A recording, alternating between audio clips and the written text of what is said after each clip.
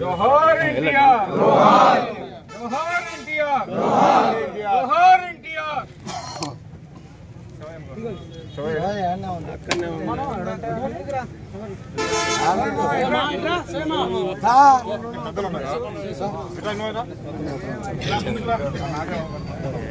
రామయ్య పక్కకు పోతే అయిపోద్ది, అడ్డం ఫోటోలు రావట్లేదు, వెనక్కి జరిగిన ఆడ కనపడట్లేదు మీరు అడ్డం ఉంటే. ఆంధ్రుల ఆరాధ్య దైవం తెలుగుదేశం పార్టీ వ్యవస్థాపకులు స్వర్గీయ నందమూరి తారక రామారావు గారి 29వ వర్ధంతి నేడు. ఆ మహానుభావుడు మరణించి 29 సంవత్సరాలు అయినప్పటికీ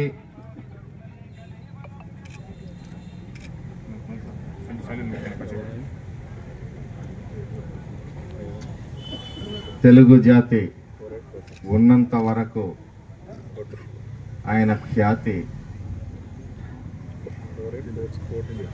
ఆయన స్ఫూర్తి, ఆయన ఆలోచన విధానం ఎప్పటికీ ఆదర్శనీయమే. అది 1980లో ఈ రాష్ట్రంలో కాంగ్రెస్ పార్టీ అధికారంలో ఉన్నప్పుడు ఈ రాష్ట్రంలో ముఖ్యమంత్రులకు తీరని అవమానం జరిగినప్పుడు ఆయన కలత చెంది సినీ రంగాన్ని వదిలి ఆంధ్రుల ఆత్మగౌరవాన్ని కాపాడాలని ఆ రోజు 1982లో తెలుగుదేశం పార్టీని స్థాపించి 9 నెలల కాలంలోనే అఖండమైన మెజారిటీతో ఈ రాష్ట్రానికి ముఖ్యమంత్రిగా పదవీ బాధ్యతలు చేపట్టి అనేక సంస్కరణలు,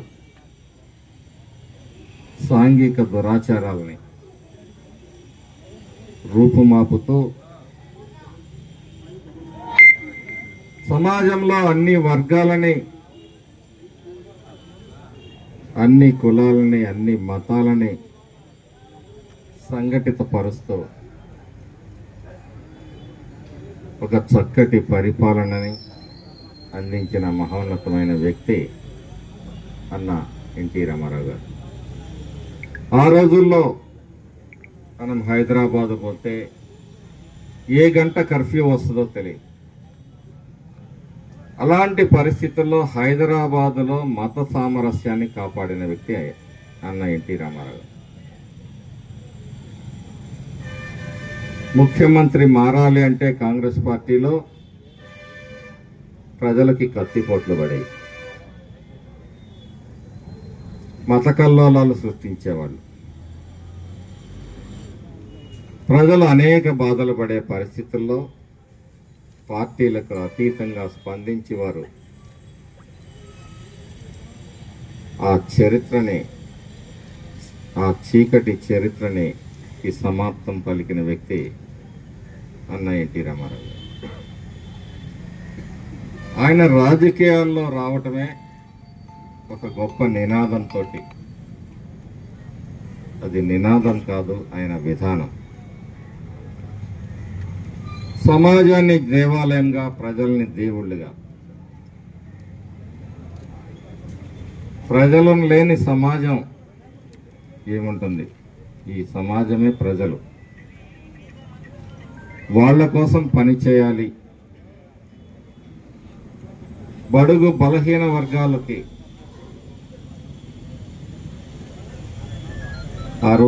ఈరోజు మనం చాలా అదృష్టవంతులం. ఏ వ్యక్తి కూడా ఆకలితో కానీ బట్టలు లేకుండా కానీ ఇబ్బంది పడే పరిస్థితి లేదు. ఆ రోజుల్లో కూడు, గుడ్డ, నీడ ప్రాథమిక అవసరాలుగా తీసుకుని అందించే కార్యక్రమాన్ని, పేదవాడి కడుపు నింపాలి అని 2 రూపాయల కిలో బియ్యాన్ని, పక్కా గృహ నిర్మాణాన్ని, రైతుల కోసం 50 రూపాయలకి హార్స్ పవర్ విద్యుత్తును అందించటం, సింగిల్ విండో విధానాన్ని తీసుకురావటం, అలాగే సమాజంలో సగభాగమైన మహిళల్ని గౌరవించాలి, వారికి మనతో పాటు సమానమైన ఆస్తి హక్కును కల్పించాలి అని చెప్పేసి ఆ రోజు సంస్కరణలకు దారి. పటేల్ పట్వారీ వ్యవస్థని రద్దు చేశాడు. అది ఒక సాహసోపేతమైన నిర్ణయం. స్వాతంత్రం వచ్చినప్పటికీ చాలా ప్రాంతాల్లో ఈ పటేల్ పట్వారీల నియంతృత్వానికి ప్రజలు దోపిడీకి గురవుతున్నప్పుడు ఎంతో సాహసంగా ఆ నిర్ణయాన్ని తీసుకున్నప్పుడు తెలుగుదేశంలో సీనియర్ నాయకులు కూడా ఈ పెత్తందారులను అందరినీ రాష్ట్ర వ్యాప్తంగా మనం ఎదుర్కోగలుగుతామా, దీనివల్ల మనం అధికారాన్ని కోల్పోతామేమో అని చెప్పి భయాందోళన వ్యక్తం చేసినప్పటికీ కూడా లెక్క చేయకుండా ప్రజల తరఫున నిలబడి ఆ వ్యవస్థను రద్దు చేశారు. ఈరోజు ఎస్సీ, ఎస్టీ, బీసీ, మైనారిటీ వర్గాలందరూ కూడా ఒక సర్పంచ్ గానో, ఒక ఎంపీటీసీ గానో, ఒక జెడ్పీటీసీ గానో ఒక ఉన్నతమైన పదవుల్లో రాజ్యాధికారాన్ని అనుభవిస్తున్నారు అంటే అన్న ఎన్టీ రామారావు గారు ఆ రోజు వారి ఆలోచన రాజకీయంలో ప్రజలందరినీ, అన్ని కులాలని, అన్ని మతాలని భాగస్వామ్యాలు చేయాలని చెప్పి ఒక ఆలోచన. ఇదే సామాజిక న్యాయం అంటే.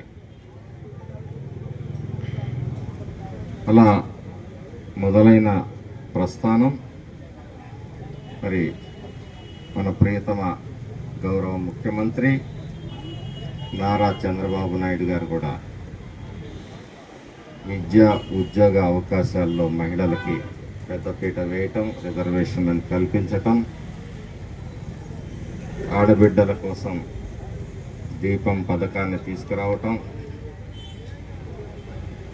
అలాగే సెల్ఫ్ హెల్ప్ గ్రూపుల్ని ప్రోత్సహించిన వాళ్ళని, స్త్రీలని ఆర్థికంగా ముందుకు తీసుకురావటం, రైతుల కోసం అనేక కార్యక్రమాల్ని ముందుకు తీసుకురావటం, వ్యవసాయ శాఖకు మన గౌరవ పత్తిపాటి పుల్లారావు గారి నేతృత్వంలో ఆయన వ్యవసాయ శాఖ మంత్రులుగా 30,000 కోట్ల రూపాయలతోటి ప్రత్యేక వ్యవసాయ బడ్జెట్ని కేటాయించి రైతాంగాన్ని ఆదుకునే ప్రయత్నం చేయటం.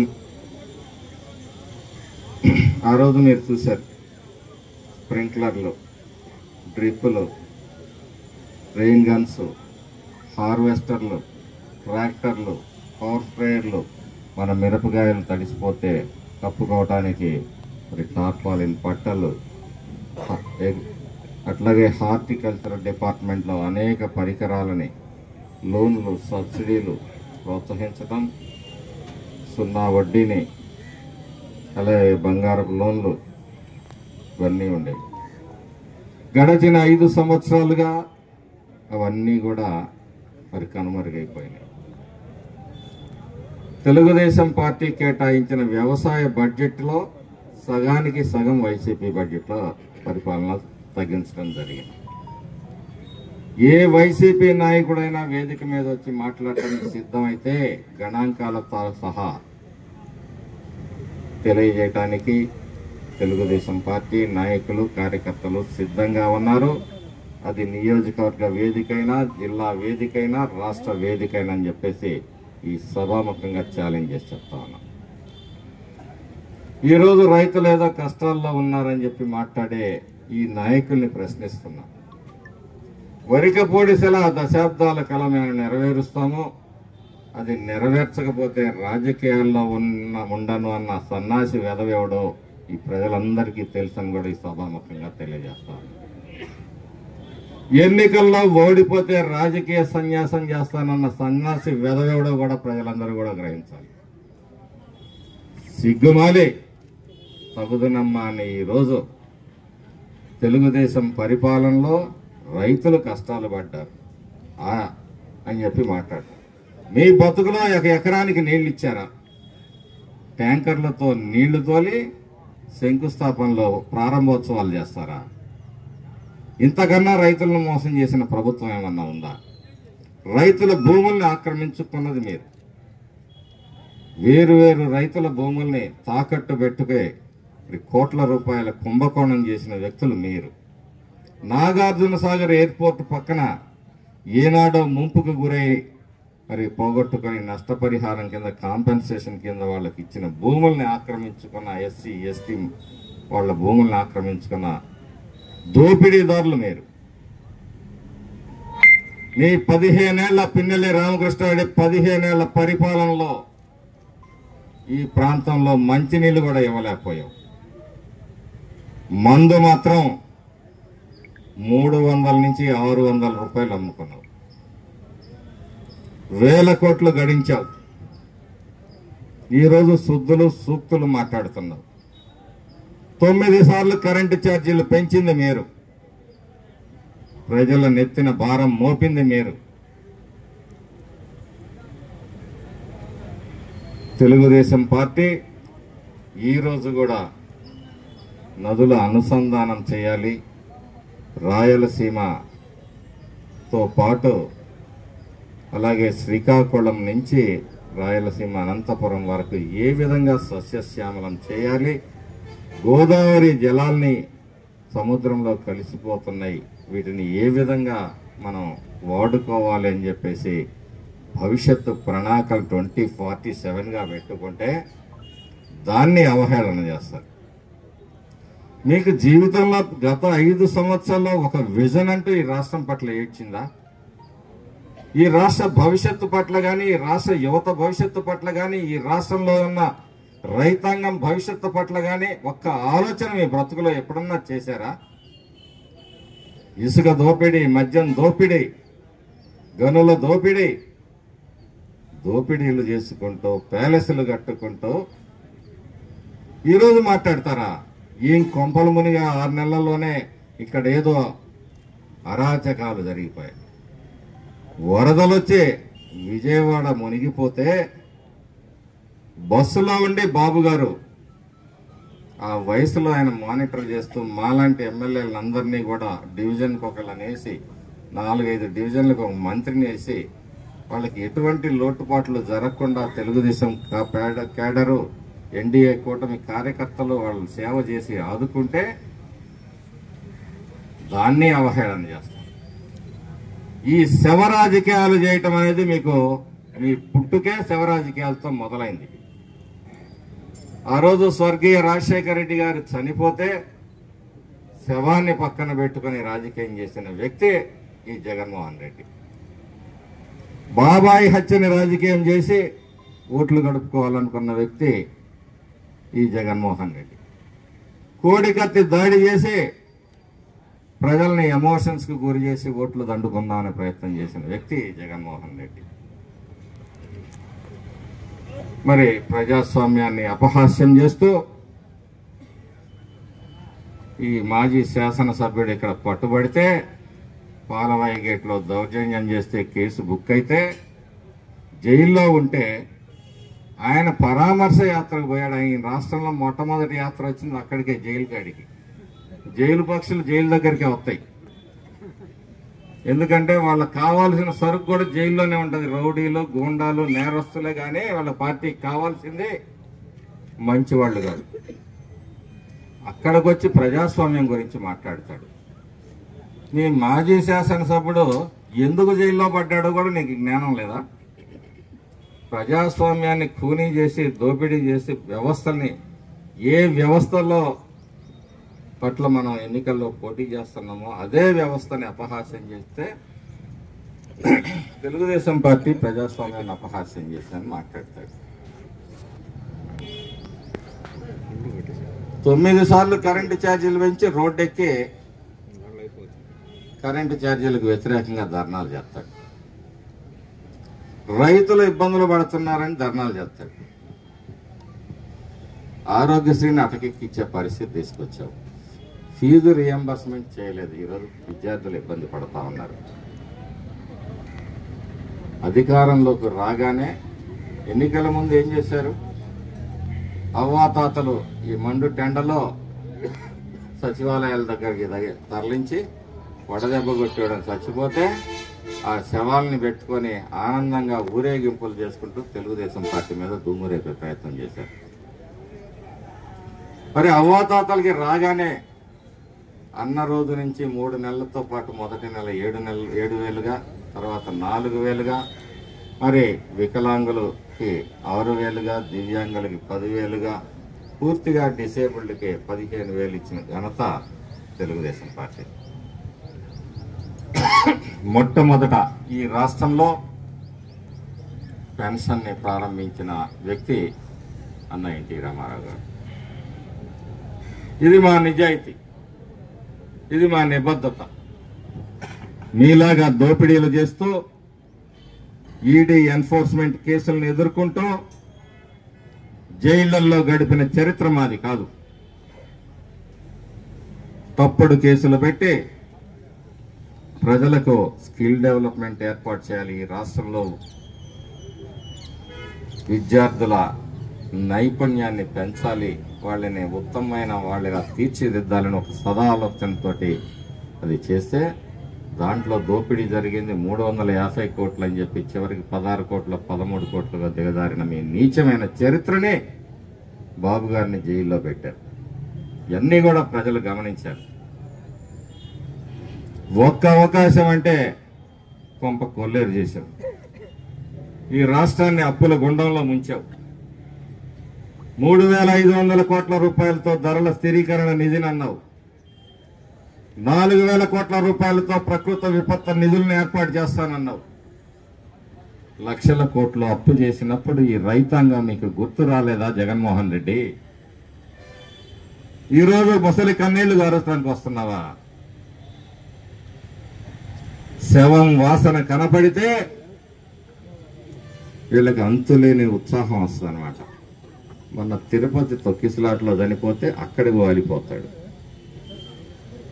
విజయవాడలో వరదలు వస్తే అక్కడ వచ్చినవాడి 1 కోటి రూపాయలన్నా విరాళం ప్రకటించావా?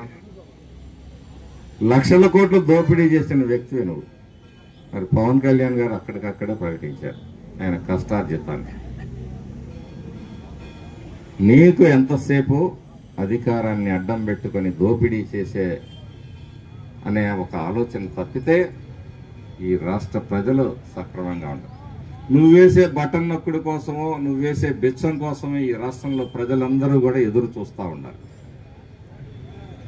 ఈరోజు కూటమి ప్రభుత్వం గుంతల రోడ్ల నుంచి ఉద్యోగస్తుల జీతాల దగ్గర నుంచి అవ్వాతాతల పెన్షన్ల నుంచి మరి గ్రామాల్లో స్థానిక సంస్థలలో మరి రోడ్ల నిర్మాణాల దగ్గర నుంచి మరి ఎస్సీ ఎస్టీ బీసీ సప్లాన్ నిధుల్ని రిలీజ్ చేసే స్థాయికి ఒక్కొక్కటిగా వస్తాం.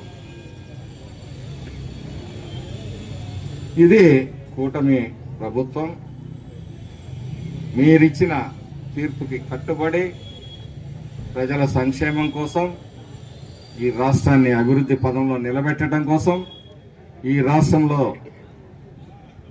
యువతకి ఉపాధి కల్పించటం కోసం అనేక ఎంఓయూలు చేసుకుంటా వస్తా ఉన్నారు.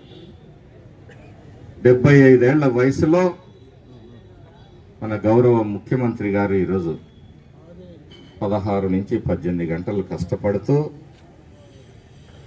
అనుక్షణం మరి ప్రజాహితమే ధ్యేయంగా పనిచేస్తూ శాసనసభ్యుల్ని మంత్రుల్ని పరిగెత్తిస్తూ మాకు వాతలు చొరకలు కూడా వేస్తూ లక్ష్యం ఒకటే ధ్యేయం, ఈ రాష్ట్రంలో ఆర్థిక ఈ రాష్ట్రాన్ని క్రమంలో కూడా నింపాలనే ఒక తాపత్రయంతో ఈరోజు సంవత్సరాల్లో ప్రైవేటీకరణ ప్రధాని మోడీ గారి ఆశీస్సుల్ని 100 కోట్ల అంటే నువ్వు ఏనాడు రాష్ట్రం గురించి సౌకర్యాల గురించి జీవితంలో ఎప్పుడన్నా మాట్లాడావా? ఎప్పుడు కూడా నీ కేసులు, నీ బెయిళ్లు, అవినాష్ రెడ్డిని ఈ రాష్ట్రంలో రైతాంగంపై ప్రాజెక్టు నీ బతుకు ఉన్న ప్రాజెక్టులు కూడా ఈ రాష్ట్రం. కాబట్టి ప్రజలందరికీ కూడా విజ్ఞప్తి చేసేది ఏంటంటే ప్రాంతాలకి అతీతంగా అని చెప్పి రెచ్చగొట్టాడు. ముందు ఒకటన్నా ఏడవాలి కదైనా ఒక రాజధాని కట్టి మిగతా 2 గురించి ఆలోచించాలి. రాజధానిలో వేసిన రోడ్లని కంకర్ని తోగుకొని అమ్ముకున్న వైనం. పరిపాలనకి ప్రజలు గట్టిగానేమో ఇక్కడ ఏదో అరాచకాలు సృష్టించి అసలు అధికారంలోకి వద్దాము, నీ పెయిడ్ సోషల్ మీడియా ద్వారా తప్పుడు ప్రకటనలో ప్రచారాలు చేద్దామని అనుకుంటున్నావేమో. ఎవడైనా సరే తప్పుడు ప్రచారాలు చేస్తే మరి చర్యలు గురి కాబడతాడని కూడా ఈ సందర్భంగా ఈ వైసీపీ నాయకులు కూడా చెప్తా ఉన్నారు. అరాచకాన్ని సహించే ప్రశ్నే లేదు. అభివృద్ధికి ఎవడైనా అడ్డం వస్తే కూడా వాడి తాట తీస్తామని కూడా ఈ సందర్భంగా తెలియజేస్తూ అన్న ఎన్టీ రామారావు గారు చూపిన బాటలో ఈ ఎన్డీఏ కూటమి పనిచేస్తుంది. ఈ రాష్ట్రాన్ని అగ్రగామిగా నిలపాలి. ఈ రాష్ట్రంలో నేను ఒకటే అడుగుతా ఉన్నాను. ఆ రోజు చంద్రబాబు నాయుడు గారు మరి 230 కాలేజీలు, ఇంజనీరింగ్ కాలేజీలు తీసుకొని రాగలిగారు కాబట్టే ఈరోజు రాష్ట్రంలో ఇంతమంది ఇంజనీరింగ్లు ఎస్సీ, ఎస్టీ, బీసీ, మైనార్టీలు అందరూ కూడా చదువుకొని దేశ విదేశాల్లో ఉద్యోగాలు చేసి మరి మీ కుటుంబాలకి, మీ గ్రామాలకు కూడా కొంతమంది అండగా ఉన్నారు అంటే చంద్రబాబు నాయుడు గారి దార్శనికత, దూరదృష్టి. అది పరిపాలన అంటే. 1 టైం సెటిల్మెంట్తో ఏనాడో పేదలు కట్టుకున్న ఇళ్ల మీద కూడా దౌర్జన్యం చేసి 10,000 కట్టమించని వేధించిన సంఘటనలు ప్రజలు ఇంకా మర్చిపోలేదు జగన్మోహన్ రెడ్డి. టిట్కో ఇళ్లు, పేదలకు ఇచ్చిన టిట్కో ఇళ్లు నీ 5 సంవత్సరాల కాలంలో లక్షల కోట్ల అప్పు అయితే చేశావు, కానీ కేవలం ఒక 4,000-4,500 కోట్ల రూపాయలతోటి ఆపేసిన దుర్మార్గపు ఆలోచన అనేది. ఎందుకంటే చంద్రబాబు నాయుడు గారు ఇల్లు ఇస్తున్నారు కాబట్టి వాటిని ఆపేయాలి. గతంలో రాజశేఖర రెడ్డి గారిని బాబు నాయుడు గారి విధానాల్ని తప్పుపట్టాల. ఆయన వేసిన బాట మీద ముందుకు పోవటానికి ప్రయత్నం చేశాడు. కాబట్టి మీ అందరి ఆశీస్సులతో ఏర్పడిన ఈ ప్రభుత్వం ఈ అభివృద్ధికి